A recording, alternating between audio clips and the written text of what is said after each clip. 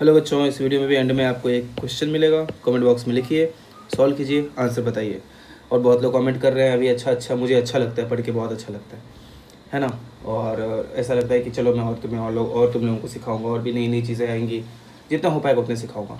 और तुम लोग ये भी कर सकते हो, कमेंट बॉक्स में ये भी लिख सकते हो कि आपको और क्या पढ़ने का मन है, क्या जानने का मन है। पढ़ाई लिखाई से बाहर भी आपके मन में कोई सवाल आता है, वो आप कमेंट बॉक्स में लिख सकते हो। और आपकी क्या इच्छा है कि और मैं और किन चीज़ों पे वीडियो बनाऊँ, आप वो भी बोल सकते हो। ठीक है, मैं बहुत ज़्यादा कोशिश करूँगा कि आपको उस चीज़ का भी वीडियो बना के दूँ, जिससे आप और ज़्यादा सीख पाओ। ठीक है, और ऐसे आप कमेंट बॉक्स में लिखिए और बताइए और क्या जानने की आपकी इच्छा है। ठीक है, तो चलिए, लास्ट डे मैंने कल तक आप लोगों को बताया था कि फ्रैक्शनल पार्ट फंक्शन क्या होता है ना। फ्रैक्शनल पार्ट फंक्शन के बारे में बताया था और ये बोला था कि उसका ग्राफ कैसा दिखेगा ये मैं नेक्स्ट डे बताऊँगा। तो चलिए, आज मैं आपको दिखाता हूँ कि ये जो फ्रैक्शनल पार्ट फंक्शन होता है इसका ग्राफ कैसा होता है।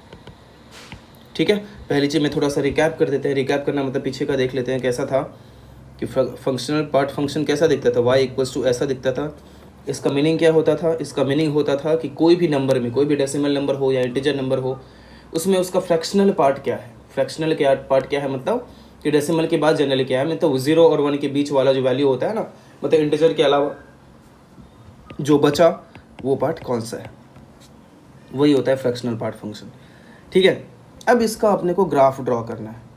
तो देखो इसका ग्राफ कैसा दिखेगा। अगर आप चाहो तो मैं आपको पहले इस फंक्शन को डिफाइन करके दिखाता हूँ। फंक्शन डिफाइन करना क्या होता है, जो मैं अभी करने वाला हूँ।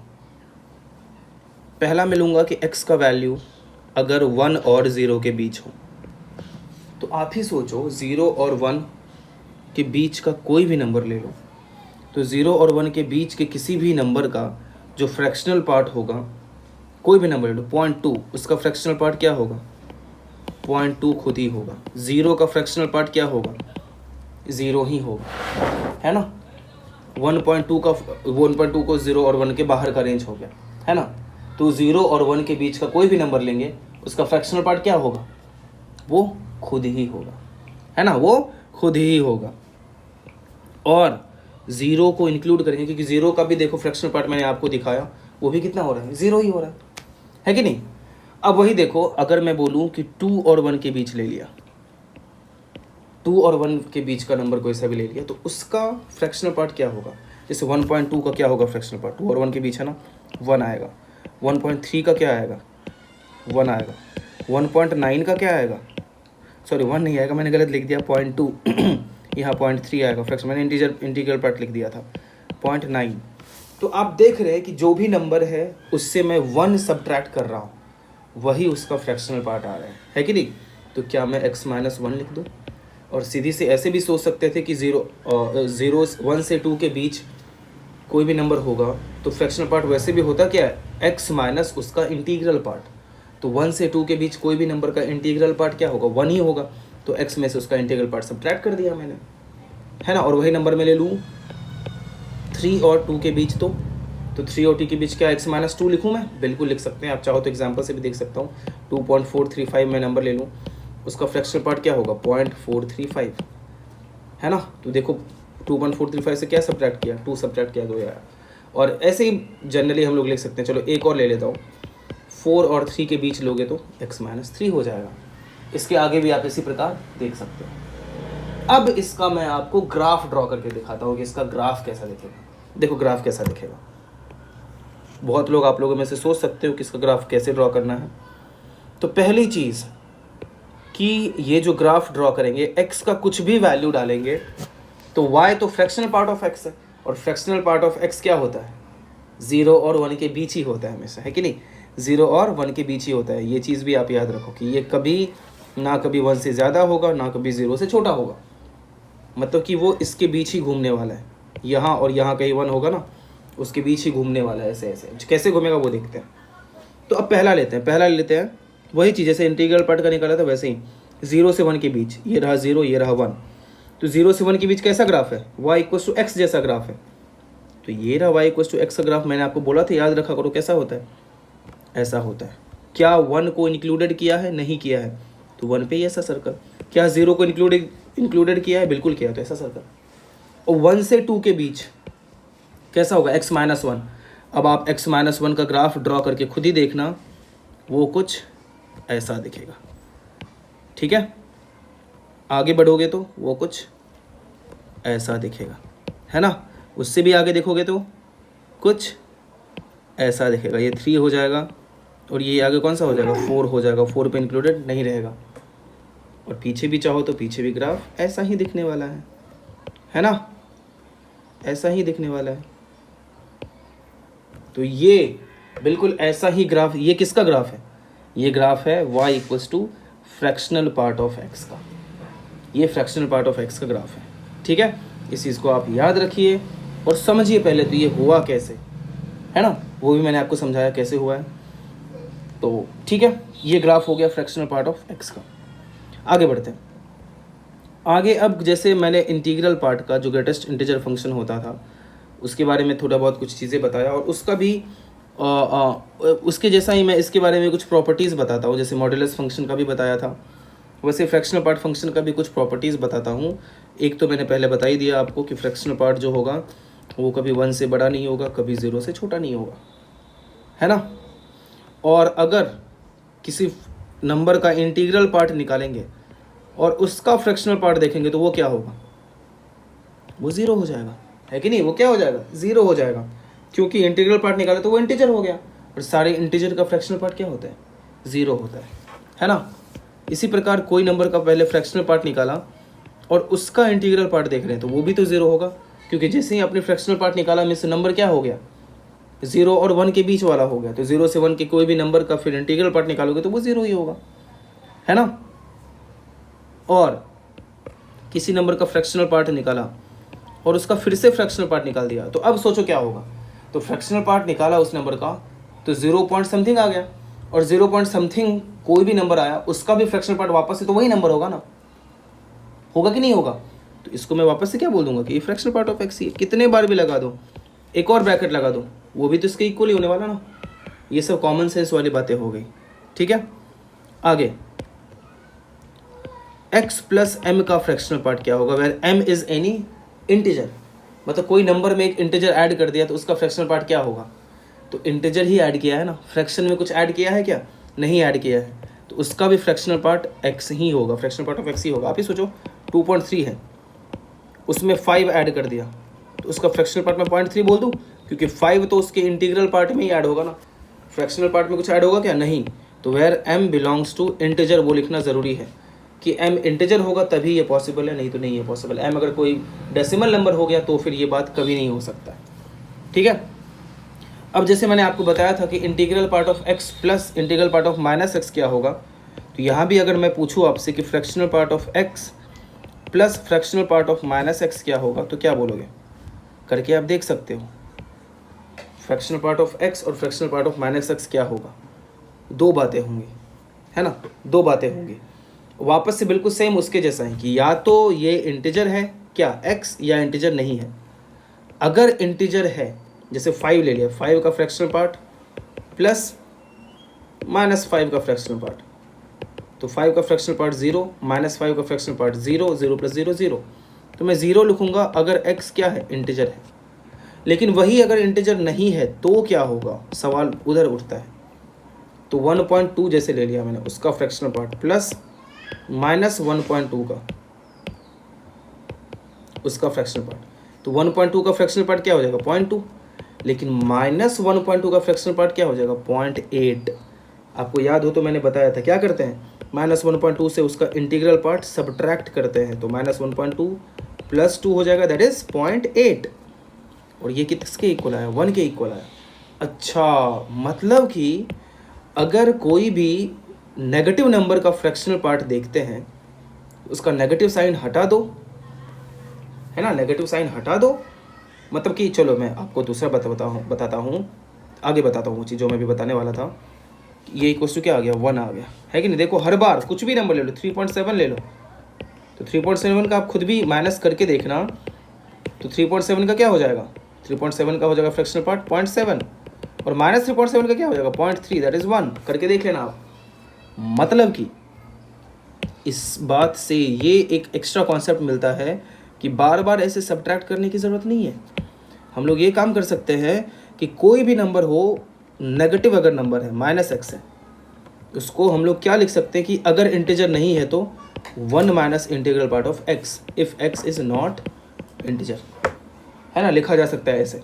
ठीक है, पता है ये बहुत यूज़फुल चीज़ है, क्योंकि बार बार ऐसे 3.1257 है, उसका माइनस लगा दिया, उसका फ्रैक्शनल पार्ट पूछा है, तो आप क्या बार बार ऐसे उससे उसका इंटीग्रल पार्ट सब्ट्रैक्ट करते रहोगे क्या?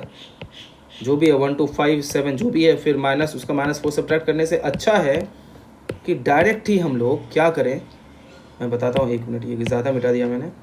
क्या करते हैं हम लोग कि वो इक्वल्स टू क्या हो जाएगा, 1 माइनस 3.1257 का फ्रैक्शनल पार्ट, जो कि सीधे 1 पॉइंट क्या आ जाएगा, 0.1257, ये भी लिखा जा सकता है ना, क्योंकि ये इंटीजर नहीं था। अगर इंटीजर होता तो उसका फ्रैक्शनल पार्ट तो 0 ही होता है कि नहीं? तो ये छोटे छोटे एग्जाम्पल्स बहुत यूज़फुल है, और ये छोटे मोटे कॉन्सेप्ट भी बहुत यूज़फुल है। तो इस चीज़ को समझिए, देखिए और प्रैक्टिस कीजिए तो और सीखेंगे। ठीक है, आगे बढ़ते हैं। अब जैसे एक एग्जांपल है, मैं आपको एक एग्जांपल कराता हूँ। एक सवाल है कि if y equals to 2 into integral part of x plus 3 and y equals to 3 into x minus 2 का integral part plus 5, then find x plus Y. और एक और चीज़ जान लो कि ये ब्रैकेट अगर नॉर्मली भी कहीं लिखा हो तो इससे पहले जब आप ब्रैकेट देखते थे तो क्या आपके मन में इंटीग्रल पार्ट आता था? क्या नहीं आता था। तो आगे भी नहीं आना चाहिए। इंटीग्रल पार्ट तभी आना चाहिए जब इसके बाद क्वेश्चन में लिखा हो कि वेयर, ऐसे लिखा हो, 1 मिनट, कि where this denotes greatest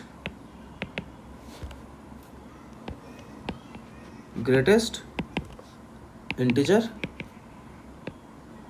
function, है कि नहीं? ये लिखा है, इसका मतलब, ब्रैकेट का मतलब क्या हो गया, ग्रेटेस्ट इंटीजर फंक्शन। तो चलो पहला वाला देखते हैं कि चलो दूसरा वाला पहले देख लेते हैं, क्योंकि वही थोड़ा सा ज़्यादा लग रहा है कि y equals to 3 into integral part of x minus 2 plus 5। तो जैसे फ्रैक्शनल पार्ट में बताया था, इंटीग्रल पार्ट में भी अगर इंटीग्रल पार्ट ऑफ x में कोई कांस्टेंट ऐड कर रखा है, तो कोई कांस्टेंट ऐड किया है, तो क्या इंटीग्रल पार्ट में वो कांस्टेंट को अलग ही निकाल लेता हूँ ना, क्या फ़र्क पड़ता है? कांस्टेंट मतलब कि कोई इंटीजर, मैं इंटीजर की बात कर रहा था कि अगर m एक इंटीजर हो, उसमें एक इंटीजर ऐड किया है, तो इंटीजर को बाहर भी निकाल सकते हैं। आप देख सकते हो 2.7 है उसका इंटीग्रल पार्ट, ठीक है, जो भी आएगा, और उसमें अगर 5 आप ऐड कर दो तो क्या 2.7 के अलग से इंटीग्रल पार्ट निकाल दो, उसमें 5 ऐड कर दो, इक्वली होने वाला है। क्या फ़र्क होने वाला है? क्योंकि ये तो फाइनली ऐड तो 2 में ही होने वाला है, उससे कोई डेसिमल पे फ़र्क पड़ेगा क्या? नहीं पड़ेगा। तो यहाँ भी वो कंसेप्ट भी, ये इंटीग्रल पार्ट और फ्रैक्शनल पार्ट दोनों में ये यूज़ आ जाता है कि integral part of x plus m is integral part of x plus m, where m belongs to integer.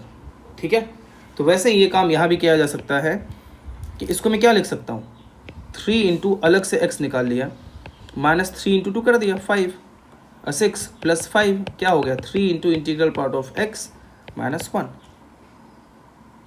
ठीक है, और वो किसके इक्वल था, यहाँ देखो इसके इक्वल था, तो वही मैं लिख देता हूँ 2 into integral part of x plus 3 equals to 3 into integral part of x minus 1।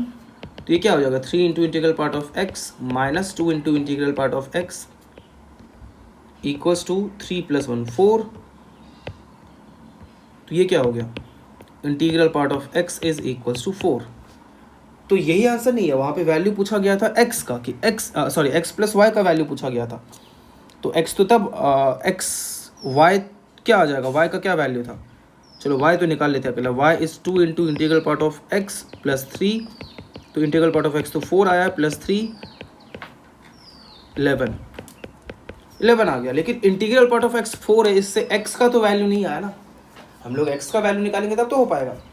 तो x का वैल्यू पहले निकालते हैं। तो अब बताओ, इंटीग्रल पार्ट ऑफ x 4 है, ठीक है, इंटीग्रल पार्ट ऑफ x 4 है, और y एक कांस्टेंट है 11। मैं दो तरीके से यहाँ समझाता हूँ आपको। तो integral part of x plus Y क्या हो जाएगा, वापस से यही कॉन्सेप्ट देखो, अगर m एक इंटीजर हो तो y भी तो एक इंटीजर ही आया 11, तो क्या उसे integral part of X plus Y बाहर लिख सकता हूँ?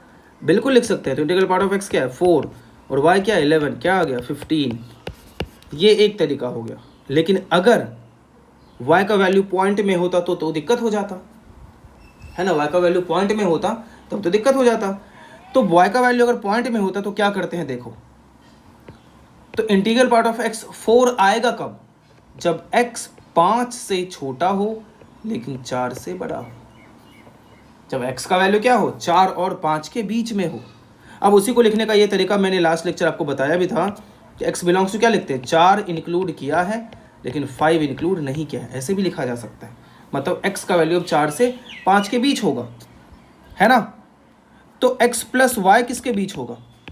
y का वैल्यू तो फिक्स है 11, तो x का वैल्यू क्या है 4 से 5 के बीच, और उसमें हम लोगों ने ऐड कर दिया है y मतलब 11। तो क्या हो जाएगा आप ही सोचो। x का वैल्यू मिनिमम 4 है ना, ये मिनिमम वैल्यू हो गया 4, उसमें 11 ऐड कर दो क्या 15 हो जाएगा। और ये मैक्सिमम 5 है, 5 में 11 ऐड कर दो क्या 16 हो जाएगा। तो x प्लस वाई का वैल्यू क्या हो जाएगा x plus Y belongs to 15 to 16 हो जाएगा। और उसका इंटीग्रल पार्ट लेंगे हम लोग, तो 15 to 16 कोई नंबर का इंटीग्रल पार्ट क्या आएगा 15 ही आएगा। तो 15 आंसर हो गया, है कि नहीं। तो ये दोनों तरीका आप लोगों ने सीखा। अब आराम से इस चीज़ को समझो, बार बार देखो, अगर आपको एक बार में समझ में नहीं आ रहा है तो, और सोचो, ठीक है। तो ये हो गई ये बात। आगे बढ़ते हैं। आगे ऐसा ही एक और एग्जाम्पल आपको मिल सकता है। अगला एग्जाम्पल है find the value of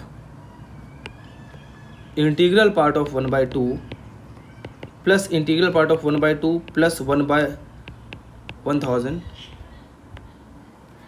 plus ऐसे ही बढ़ता गया 1/2 प्लस 2/1000, 1/2 प्लस 3/1000, 1/2 प्लस 4/1000, 1/2 प्लस 5/1000, ऐसे ही बढ़ते बढ़ते 1/2 प्लस 2946/1000। अब इसका वैल्यू क्या होगा? आप देखो ये क्वेश्चन मैंने लिख दिया ना, अब आप तुरंत वीडियो पॉज करो, ठीक है, और खुद से सॉल्व करो। ये ट्राई करो 2-4 मिनट, मेरी बात मानो तो ही ज़्यादा सीखोगे। और जब पूरा लगा कि नहीं हो सकता है उसके बाद वीडियो को कंटिन्यू करो और देखो सोल्यूशन मैंने कैसे सॉल्व किया, ठीक है। ट्राई करो खुद से। तो इसका वैल्यू कैसे निकालेंगे? यहाँ पे ये भी लिखा हुआ है कि वेयर दिस ऐसे is this denotes greatest integer function. तो ध्यान से आप बार बार इसको देखोगे तो आपको समझ में आएगा कि 1/2 तो क्या है 0 पॉइंट समथिंग होता है, तो ये तो 0 हो गया। फिर आप देखोगे 1/2 में 1/1000 ऐड किया, तो 1/2 में 1/1000 ऐड करेंगे तो जब तक 1/1000 1/2 के इक्वल नहीं हो जाएगा, मतलब कि जब तक 1/2 में 1/2 ऐड नहीं करेंगे तब तक ये पूरा 1 नहीं होने वाला है, और जब तक ये पूरा 1 नहीं होने वाला है तब तक बाहर 0 के अलावा कुछ भी और नहीं आने वाला है। क्योंकि 1 से जब तक ये 1/2 से छोटा ही रहेगा, तो 1/2 से जब तक छोटा रहेगा तब तक बाहर क्या आएगा 1/2 में 1/2 से छोटा कुछ भी ऐड करोगे तो 1 हो पाएगा क्या? नहीं, 1 से कम ही होगा। समझ रहे हैं आप? तो वैल्यू क्या 0 ही बाहर आएगा। तो 1/1000 हो या 2/1000 हो या 3/1000 हो, ये सब का वैल्यू क्या हो जाएगा 0 ही होगा। कब तक? जब तक यहाँ पे 1/2 ना मिल जाए, यहाँ पे 1/2 ना मिल जाए। तो यहाँ पे 1/2 कब मिलेगा? सोचो आप, जब ये 1/1000 2/1000 3/1000 ऐसे बढ़ते 3 4 5 बढ़ते बढ़ते 500 तक जाएंगे, है ना। कहाँ तक जाएंगे? 500 तक जाएंगे। तो 500 पे क्या मिलेगा 1/2 मिलेगा। क्योंकि आप चाहो तो 1 मिनट वो चीज़ मैं लिख भी देता हूँ ताकि आपको और अच्छे से समझ में आए। इसको थोड़ा सा एक्सप्लेन करके मैं लिख देता हूँ कि दिस इज इक्वल्स टू, वो क्वेश्चन इक्वल्स टू लिख रहा हूँ 1/2 प्लस 1/2 प्लस 1/1000। ऐसे बढ़ते बढ़ते मैंने क्या किया 1/2 प्लस 499/1000 भी लिख दिया, और उसमें 1/2 प्लस 500/1000 लिख दिया, ठीक है। ऐसे ही अभी आपको मैं बताता हूँ कि एक और एक्स्ट्रा वैल्यू वहाँ पे लिख रहा हूँ मैं 1499/1000। क्यों लिख रहा हूँ अभी मैं समझाऊँगा। प्लस 1/2 प्लस 1500/1000 लिख दिया मैंने, और ये बढ़ते बढ़ते बढ़ते मैंने 1 एक और एक्स्ट्रा लिख रहा हूँ 2 प्लस 2499/1000 लिख दिया, है ना, 2499/1000 लिख दिया। क्यों लिखा अभी मैं समझाता हूँ। और इसके बाद प्लस 1/2 प्लस 2500/1000 लिख दिया, प्लस ऐसे बढ़ते बढ़ते 1/2 प्लस 2946/1000 लिख दिया। ठीक है, अब देखो ध्यान से, अब आपको और अच्छे से समझ में आएगा। अब क्या मैं यहाँ से यहाँ तक के सारे वैल्यू को ज़ीरो बोल दूँ, क्योंकि 499/1000 तक वैल्यू क्या होगा, 499/1000 तक वैल्यू क्या होगा, 1/2 से छोटा ही होगा। तो 1/2 में 1/2 से छोटा ऐड किया तो 1 से तो छोटा ही रहा, तो ये सब का वैल्यू क्या हो गया, ज़ीरो, है ना। यहाँ से लेके यहाँ तक क्या हो गया, ज़ीरो। प्लस अब 1/2 प्लस 500/1000, ये 1/2 प्लस 1/2 1 हुआ, इसका वैल्यू क्या हो गया, 1। अब 500 से थोड़ा सा ज़्यादा रखेंगे, 501 रख दिया, तो भी वो क्या 1/2 से थोड़ा ही ज़्यादा हुआ। तो 1/2 में 1/2 से थोड़ा ज़्यादा हुआ तो 1 पॉइंट समथिंग ही ना। तो तब तक ये यहाँ पे इस जगह पे जब तक 3/2 ना आ जाए तब तक 1 पॉइंट समथिंग ही रहने वाला है ना, क्योंकि 3/2 आएगा तब तो 3/2 के साथ 1/2 ऐड होके 2 बनेगा, और 2 आएगा उसके बाद 2 पॉइंट समथिंग आना स्टार्ट होगा, तब वैल्यू क्या बोलेंगे हम लोग कि हाँ उसका इंटीग्रल पार्ट 2 आ जाएगा।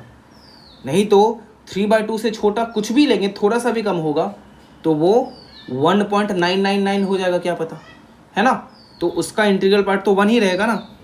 तो उस चीज़ को कैसे लिखेंगे हम लोग, सोचो, उस चीज़ को लिखूँ, अब मैं बताता हूँ। तो वो कहाँ तक होगा, यहाँ तक। यहाँ पे देखो 3/2 आ रहा है 1500/1000 पे, तो उससे पहले 1499 तक क्या रहने वाला है, 1499 तक 1/2 प्लस समथिंग 1/2 से थोड़ा ज़्यादा आएगा, मतलब 1 पॉइंट समथिंग ही ओवरऑल ऐड होके मिल पाएगा। इसको बहुत बार खुद से सोचो तो आपको समझ में आएगा, ठीक है। वो मुझे पता है कि बहुत लोगों को दिक्कत आई होगी इसमें, लेकिन खुद से सोचो तो समझ में आएगा। तो टिल 1499 मतलब कि 500/1000, 501/1000, 502/1000, 503/1000, ऐसे कहाँ तक जाएंगे, 1499 तक जाएंगे। तो उन सब का वैल्यू क्या है, 1 है, मतलब 1 को बहुत बार ऐड कर रहे हैं। कितने बार, 500 से 1499 तक कितने नंबर से, 1000 नंबर से, तो इतने बार 1 आएगा, ठीक है। प्लस अब यहाँ पे क्या आ गया, 2 है कि नहीं, क्योंकि ये 3/2 है, 3/2 प्लस 1/2 2 हो गया। फिर 1501/1000, फिर 2 पॉइंट समथिंग, फिर 1502/1000, फिर 2 पॉइंट समथिंग। तो अब 2 बार बार ऐड हो रहे हैं, है ना। अब 2 बार बार ऐड हो रहा है, कहाँ तक ऐड होगा, 2499 तक। तो 1500 से 2499 कितने नंबर्स होंगे, फिर से 1000, तो 2 कितने बार ऐड हुआ, 1000 टाइम्स ऐड हुआ। समझ रहे हो आप। अब यहाँ तक जैसे ही आया, क्योंकि ये क्या 2.5 है और ये 0.5 था, ये 3 के इक्वल हो जाता है, करके देखो। और 2500 से थोड़ा सा ज़्यादा रखोगे तो थोड़ा सा 3, मतलब 3 से ज़्यादा उसका इंटीग्रल पार्ट भी तो 3 होगा।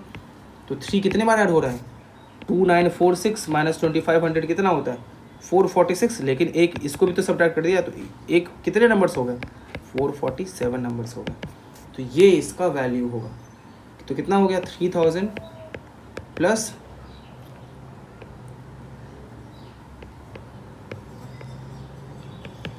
4341 is the answer. This is the answer. समझ में आया। देखो कितना टफ दिख रहा था क्वेश्चन, इतना टफ था नहीं। अगर आप अच्छे से कॉन्सेप्ट के बेसिस पे जाओगे तो आपको ज़्यादा टफ नहीं लगेगा, और कॉन्सेप्ट छोड़ दोगे तो फिर टफ लगने लगेगा, ठीक है। तो चलिए आज के लिए इतना ही, ठीक है। आप इसका प्रैक्टिस कीजिए, नेक्स्ट डे और भी इंटरेस्टिंग चीज़ें देखेंगे हम लोग, और आगे अच्छी अच्छी और मैं कोशिश करूँगा और चीज़ें आपको बताने की, ठीक है।